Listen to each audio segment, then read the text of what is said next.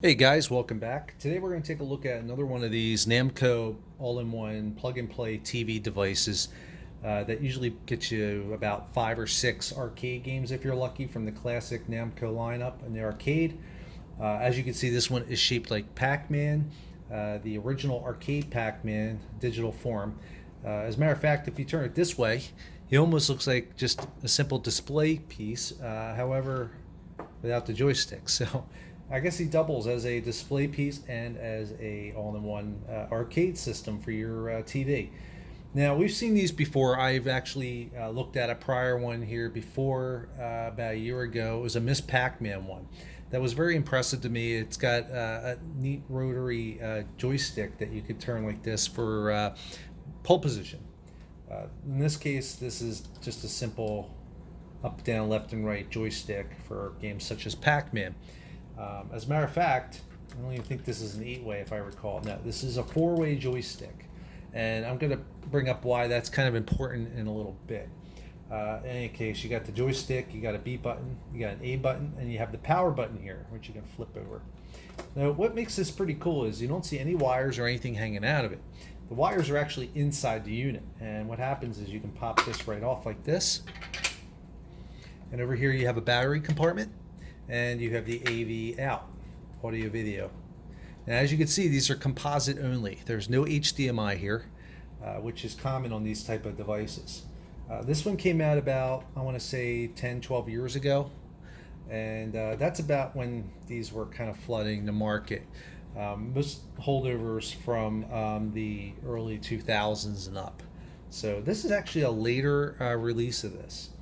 And as I said, the one I had prior to this wasn't shaped like Pac-Man, and I played Miss Pac-Man a couple other games.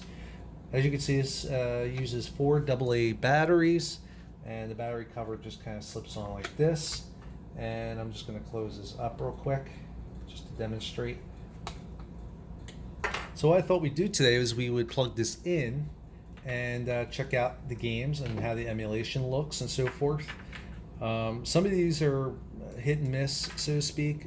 Some of them play a little better than others. There doesn't seem to be any consistency, over the product line here.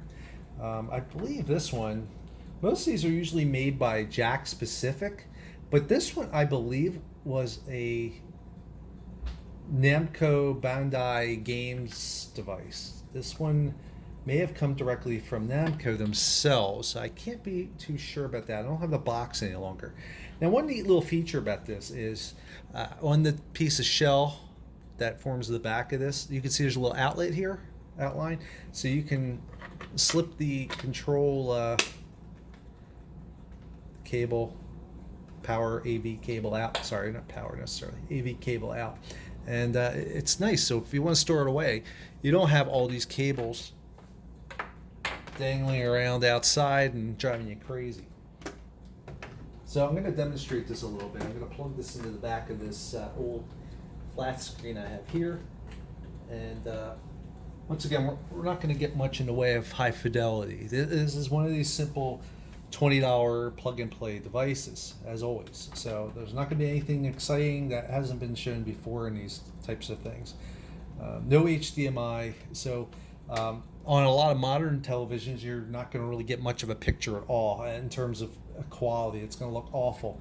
And you're not going to get much on this here. This is if I recall, I don't even know if this is a 720p display. I think this might be a 480. So all intents and purposes, this should probably look pretty decent. But once again, because these are composites, not HDMI, it's going to downscale, downgrade, and ultimately these are going to look best on an old CRT, which is crazy because even when this device came out in 2012, CRTs were on their well beyond their way out. Everybody was, as a matter of fact, this TV here I think is from 2009 or so. Anyway, let's flip this on. The power button is right here. It should come up. There we go. This actually gives you a nice little list of games, but you blink and you miss it. So let's get some sound going. And now I remember, this is probably one of my favorites in terms of the of what you get for the money, so to speak. I think that should look pretty good. The lineup here is really nice, as you can see. You get Pac-Man, you get Super Pac-Man, you get Pac and Pal, Pac-Man Plus, Pac-Man 256, which I believe is just the error version of Pac-Man. It's when in the arcade, if you got to stage 256, the game would kind of start glitching out on you. And I believe this just puts you right at the 256 round stage of Pac-Man, so you can witness that. We've got Mappy, New Rally X, BOSconi, Xevious, or Xevious, however you want to say it. I personally like Xevious. Dig Dug, Galaga, and Galaxian. So the big missing game here, I think you can all notice, and I would guess to say would be Miss Pac-Man.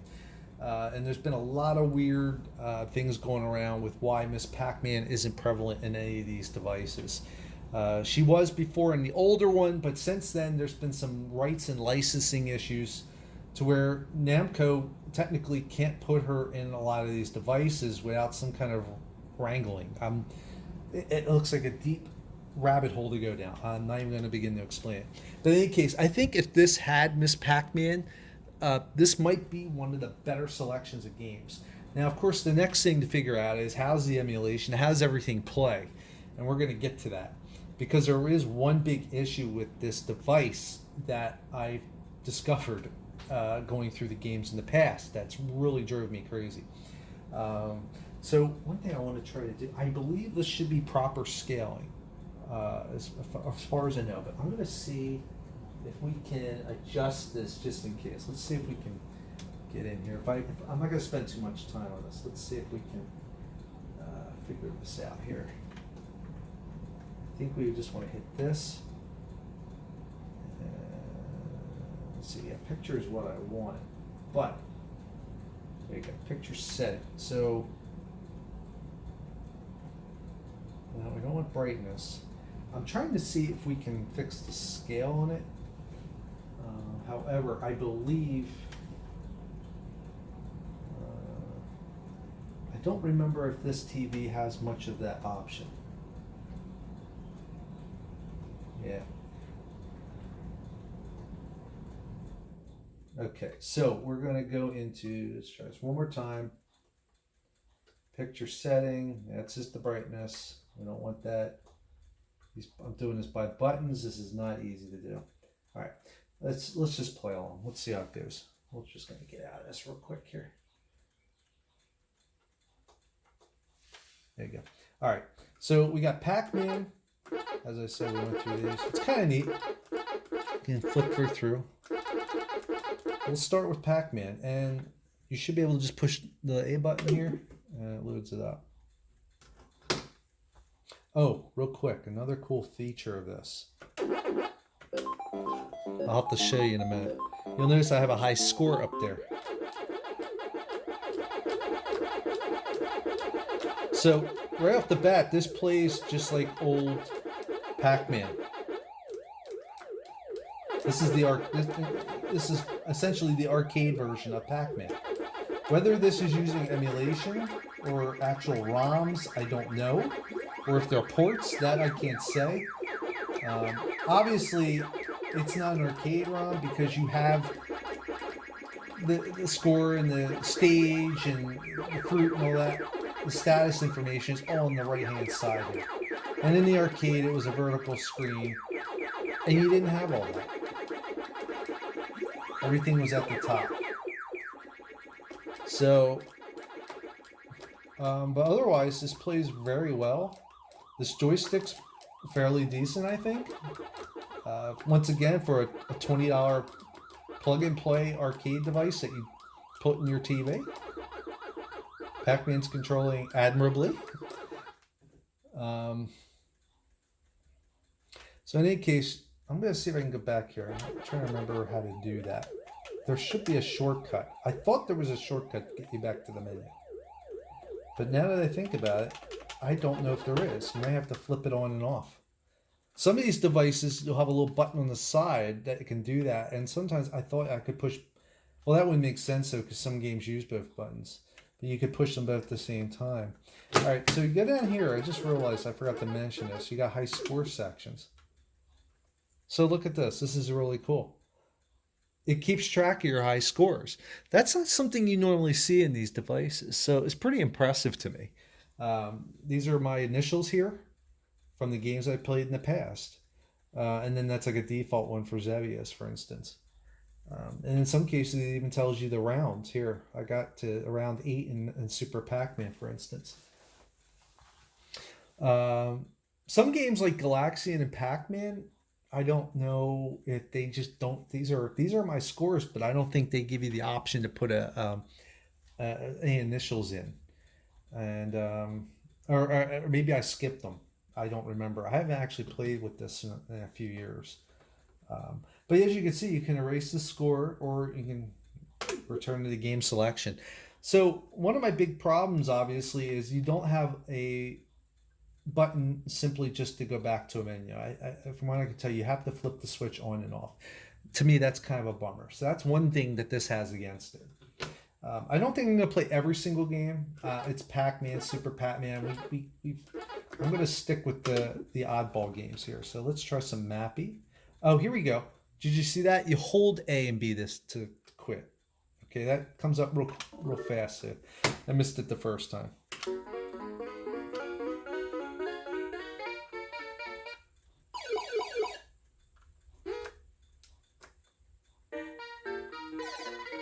So regardless, these are not the NES versions, which you find in a lot of these all-in-one systems or My Arcade type devices. These seem to be based specifically around the arcade games. I've played enough of the arcade games, I can recognize them when I see them. And this really is a port of the arcade Mappy. In Japan, they released the port for the Famicom NES of Mappy, and this is not it.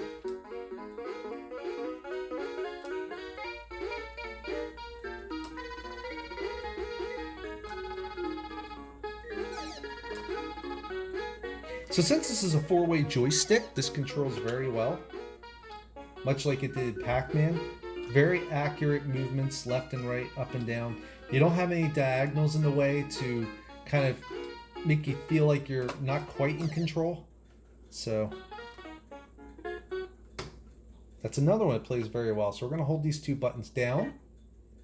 And now we get the quit to the selection screen, which we're going to do, yes.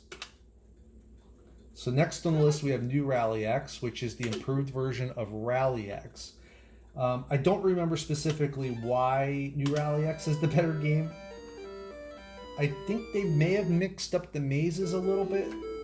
But for all intents and purposes, this was supposed to be the big hit when Pac-Man came out, and it turned out Pac-Man was their big hit. And the games are very similar. Both maze games, where instead of dots, you have to collect these flags based on the map over here, while also getting away and dodging any enemy cars. By hitting the A button, you have this smoke that you can use to kind of throw them off.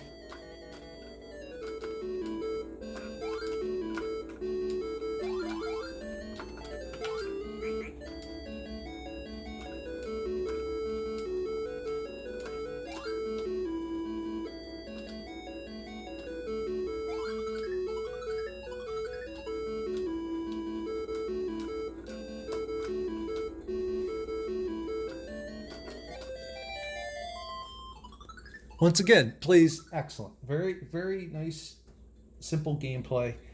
Joystick runs great. I don't feel like I'm making erroneous moves or having any issues with controlling the vehicle. I'm moving along pretty nicely. The emulation is very well done.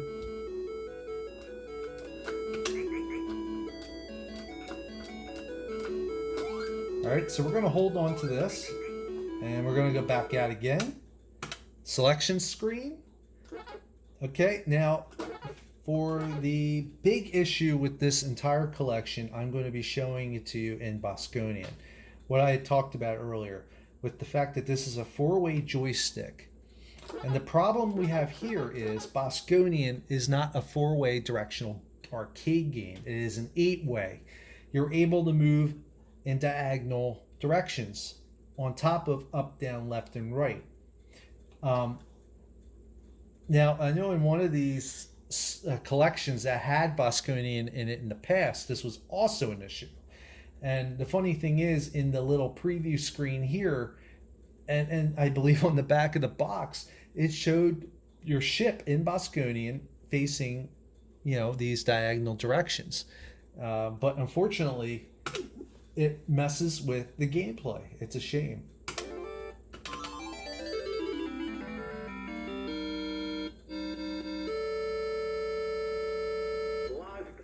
Got the vocals, the voices are there. That's fantastic. I mean, otherwise, this game plays excellent. Very well done. But once again, I play this game so much on my modded arcade 1-up that I'm looking for those diagonals. And they're just not there. And it really affects the gameplay. So, unfortunately, this almost makes this game unplayable. Because this game depends on... You can see the ships are coming at you in all directions. But you cannot... actively turn around and fire back at them because you just don't have that control. There is just nothing you can do about it.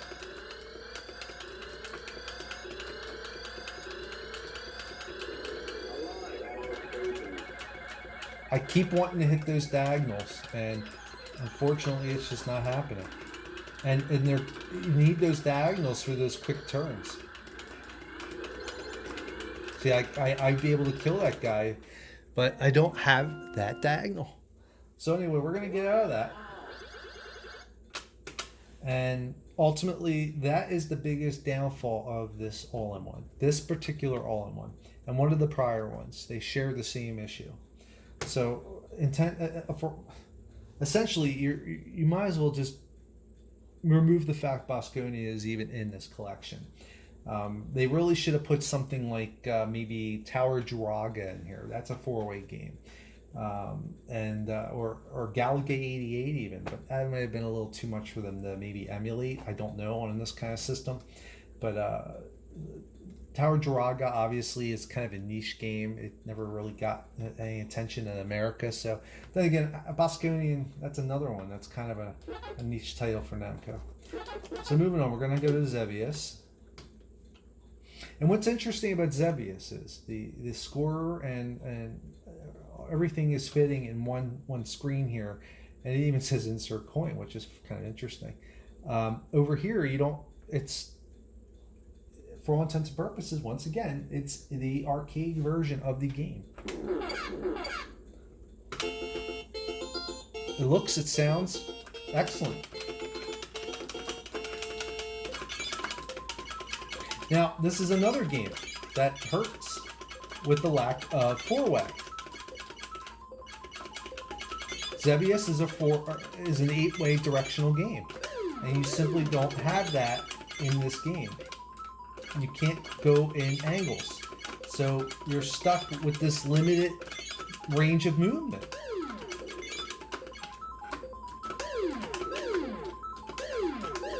You don't feel like you're able to deftly evade or attack any of the enemies, or especially in this case bombing the down on the ground bases here. So that is step number 2 in the list of problems with this all-in-one. And it's a real shame because everything else is fantastic about it. High score save, excellent emulation, games play wonderfully. They're not ports of Famicom NES games.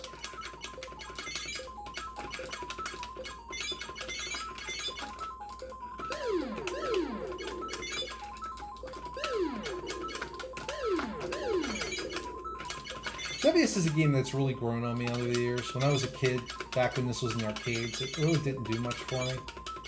I don't know what it was. Maybe it just wasn't flashy enough. But I really have grown to really enjoy it. It's a lot more strategic. in its attack.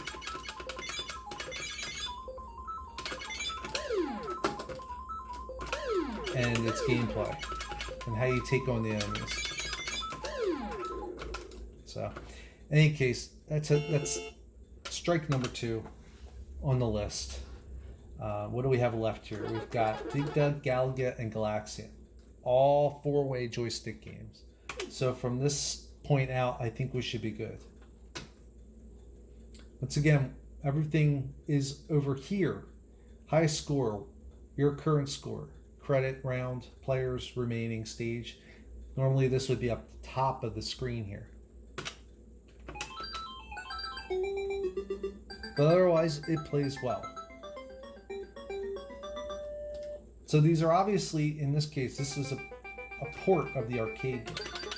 But it's very well done. It allows you to, I believe, go through the wall here. Let's give this a shot. Because see, I got this wrong. Trying to see if I can do it. You got a little scrolling in there as well because of this horizontal display. In the arcade, you would see the whole play field at once. So let me see if I can do this again.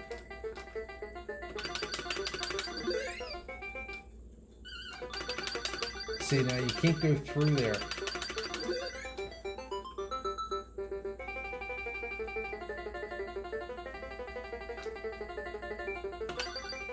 God, missed him. I mean, overall, it plays well. My issues with it are, once again, a little bit of scrolling that's involved. Which is kind of unusual because, see, you can't hit these guys through that little bit of minimal dirt. But at least you could do the quick blow-ups of the enemies, so that's nice. In some games, or ports versions of this, you can't do that fast pumping kill. So let's move on to Galaga. And Galaga seems to have the same thing going on in the screenshot. These are all side scores. And that's fine, because you're kind of used to this presentation on a home game.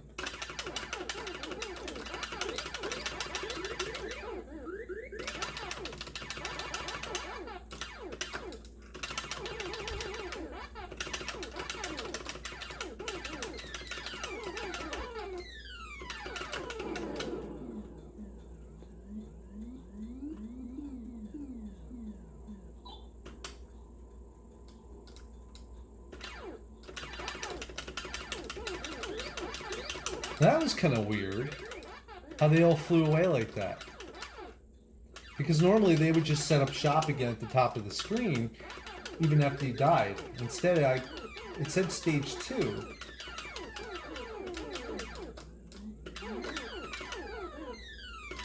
Right, that guy's not going to suck me up. This guy will.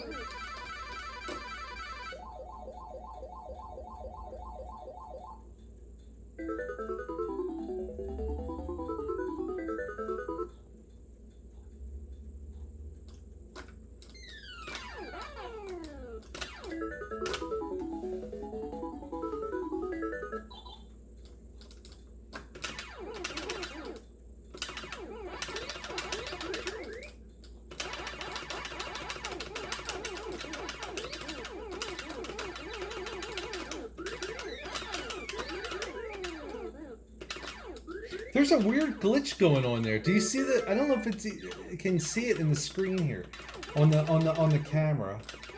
But one of my shots is going to the left. It's bizarre. It's like hard, like at an angle. I don't quite understand what that's about. I'm wondering if this may be bugged out or something. I'm gonna try restart now. Let's see if it does it again, because it was bizarre. I died, and then I got shot to the guys disappeared and it went to stage 2. I want to see if that happens again here. I want to try to keep a couple of those guys alive.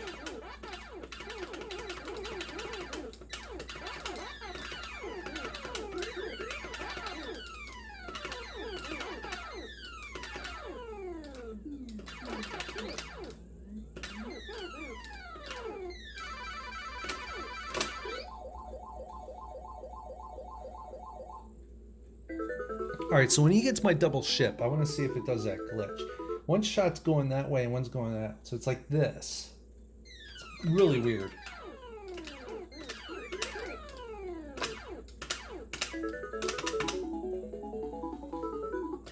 Yep, it still does it. So the emulation on this is really weird. I mean, it feels fine, I guess, but everything, the sounds are good, and overall the gameplay feels pretty well done. And, you know, these buttons aren't too bad on this either. But that is so strange, and I'm wondering what the cause is for it.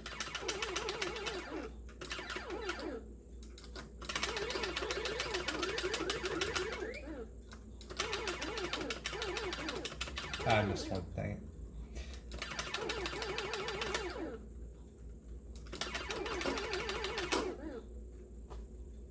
Alright. Oh, you know what? I'm going to play just for a few more moments. I'm going to see if I can beat that high score. I just beat it. Never mind. So if I go and die, let me get myself killed. I want to get that high score registered. See, they floated away. Now I'm at... Oh, I see what's going on.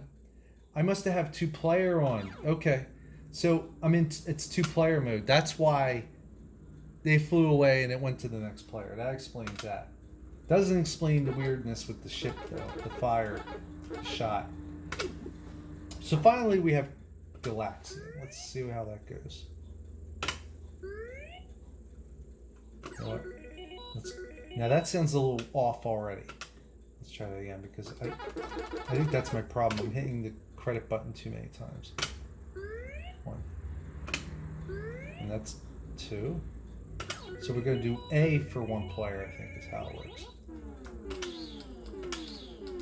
Well, right off the bat, that sound is a little off. So this is definitely emulated. I mean, it's not using the arcade ROMs, which is kind of obvious anyway. I mean, this isn't normally how it would be if it was an emulate ROM. The sounds are off on this game completely, though.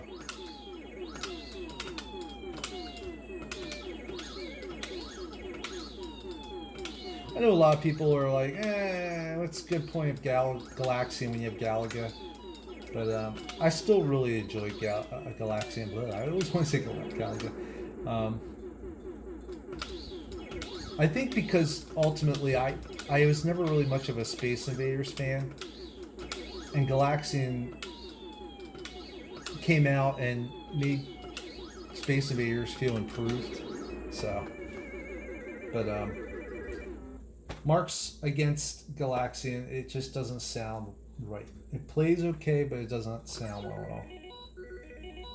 Let's get out of this. And I'm going to go down and check my high scores. Galaxian's there. Okay.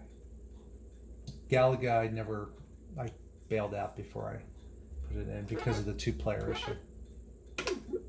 So in any case, it's a decent all-in-one. It's not perfect. I think there are better ones before it. I ultimately think I might like the Miss Pac-Man one a little more. I'm not 100% sure though. But would I recommend this? Maybe not, because if you're someone like me who's grown up with these games and played them enough over the years, and especially back in the arcade, and knows what to expect from them, the emulation's very hit or miss. The presentation's very hit or miss. Games like Pac-Man, these Pac-Man games play great. I've played them before, and I can assure you that these all play just as well as the original Pac-Man on here. You know, real quick, let's hit this 256.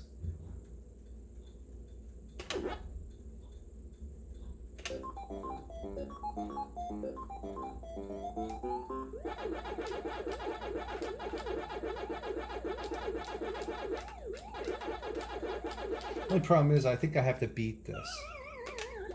But the emulation's there. I'm not going to bore everybody trying to beat that.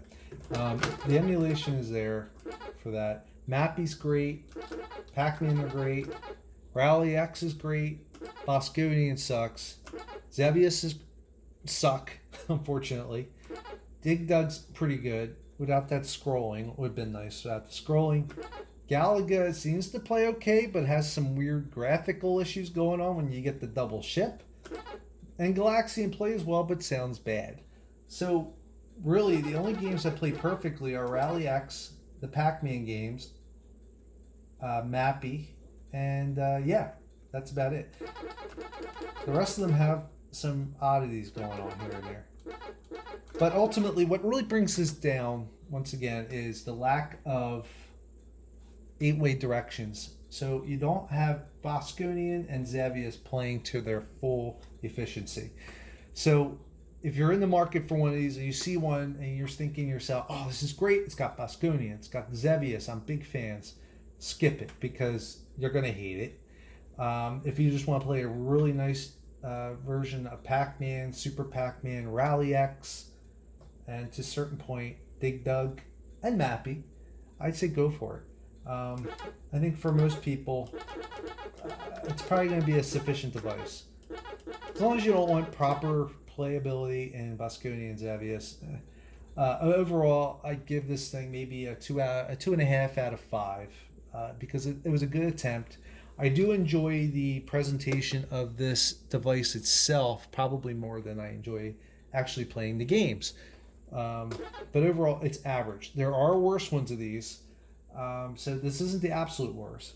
But on the other hand, it's just it's kind of average because you have 1, 2, 3. You got, well, I don't even know if I count that, but you got 12 games, which is pretty impressive.